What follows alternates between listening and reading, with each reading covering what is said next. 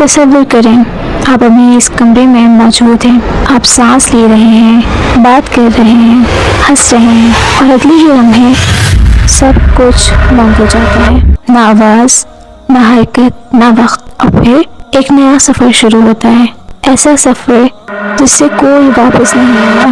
انسان اپنی زندگی میں اتنا مصروف ہو جاتا ہے کہ اسے لگتا ہے یہ سب ہمیشہ رہے گا، گھر، موبائل، دوست، خواب، سب کچھ۔ لیکن قرآن ہمیں بار بار یاد دلاتا ہے کہ ہر جان کو موت کا ذائقہ چکھنا ہے۔ جب ملک الموت آتے ہیں، نہ شور کام آتا ہے، نہ طاقت اور نہ دولت، روح آہستہ آہستہ جسم سے نکلتی ہے اور انسان پہلی بار حقیقت کو دیکھتا ہے، لیکن تب وقت ختم ہو چکا ہوتا ہے۔ قبر صرف مٹی نہیں، یہ آخرت کا پہلا دروازہ ہے، یا تو یہ جنت کے باغوں میں سے باغ بنے گی یا آگ کے گڑھوں میں سے ایک گڑھا، اور وہاں انسان اکیلا ہوگا، نہ گھر، نہ موبائل، نہ دوست، کچھ ساتھ نہیں ہوگا۔ دو فرشتے آئیں گے، پوچھیں گے کہ تمہارا رب کون ہے، تمہارا دین کیا ہے، تمہارا نبی کون ہے، اور یہ سوال صرف زبان سے نہیں بلکہ دل اور عمل سے جواب مانگے جائیں گے۔